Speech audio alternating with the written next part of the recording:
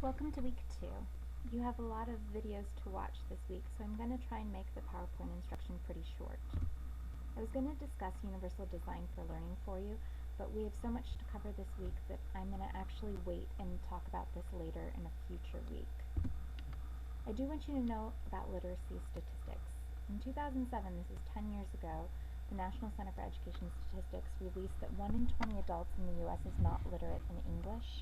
11 million Americans lack skills needed for everyday tasks due to reading. 30 million adults cannot understand a simple pamphlet.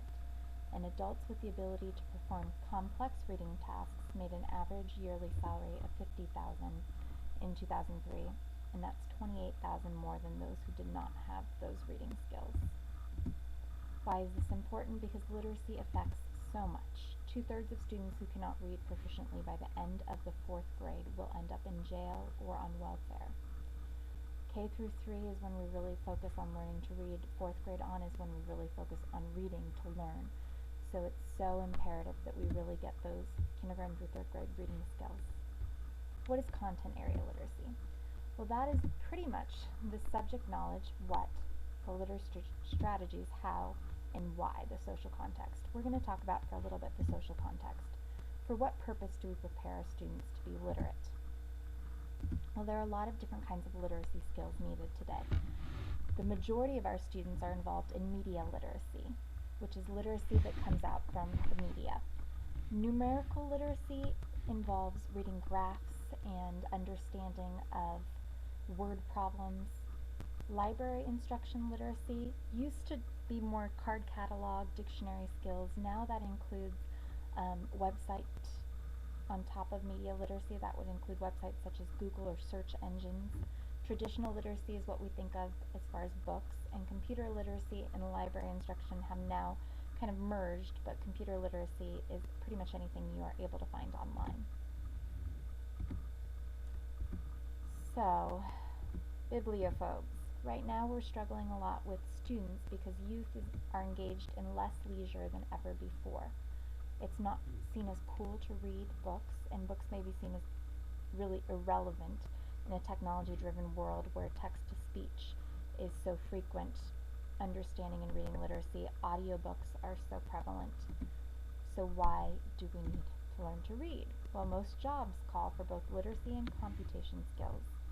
Workplace literacy and computation are often social occurrences, so they really do matter. People talk about what books they're reading. There are still book clubs and book studies going on. Workers also use a variety of materials that students don't necessarily use, so we're needing to instruct students on more of the workplace version of literacy, because workplace literacy usually uses high-level application and metacognitive reading skills. For example, where you have to self-question as you're reading, you have to summarize, you have to monitor while you're reading, and less reading for enjoyment and pleasure. School reading is also very fact-gathering reading, whereas the workplace literacy tends to require you to analyze those facts once you've gathered them, to make sense of what you're reading, not just to regurgitate specific facts. Here are some sites I just want you to try to explore if you have time. I'm not worried about a ton of them, but I do want you to look at Book Builder specifically because it has a lot of really great things that you can do in literacy for students. Internet for Classrooms, which has a huge language arts section, both Common Core and standard-based, so you can choose based on the Big Five in reading or based on the Common Core standards what you would like to have students do, and a lot of them are interactive activities. This is a great site to really explore if you're looking for things on the fly quickly that you can put up on the smartboard or that you can do with a student activity-wise that would cover a specific indicator or skill. Word Generator is it's really the best for middle and high school vocabulary. It helps you to put the words immediately in context at a readability level that's more comparable. These are a few websites that I'm not going to go into, but if you have time, I definitely recommend them for each of these subject areas.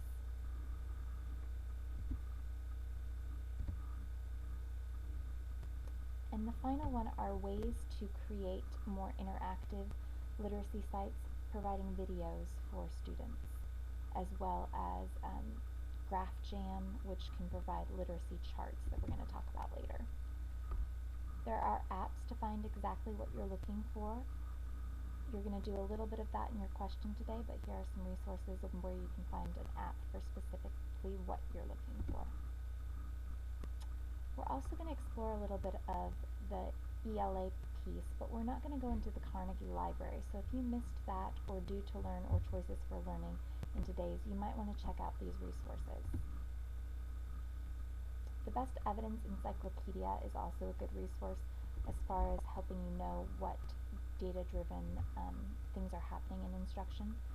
The Oregon Center you're actually going to have if you choose that assignment for your assignments 1 of 5. If you don't, you definitely want to check out at least their center activities, because they provide specific programs reviewed and what they have available.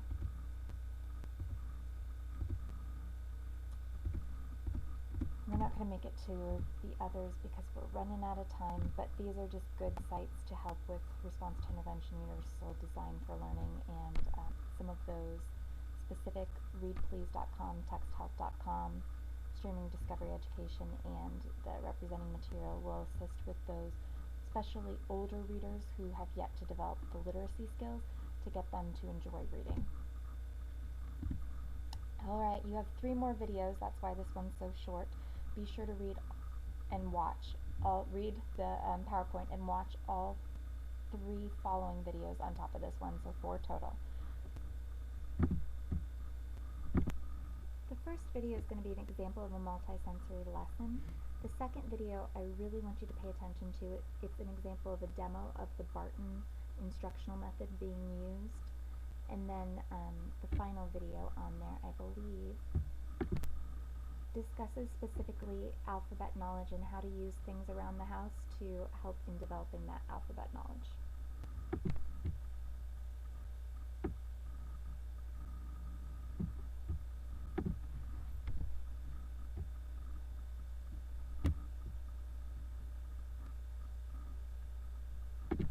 The question for this week is a little tricky. Be sure to know that you have this option of watching these 2 video clips and answering questions, or choosing one of these students. You do not need to choose all of them, just choosing one of the students based on your level and exploring those 5 sites that are under that student.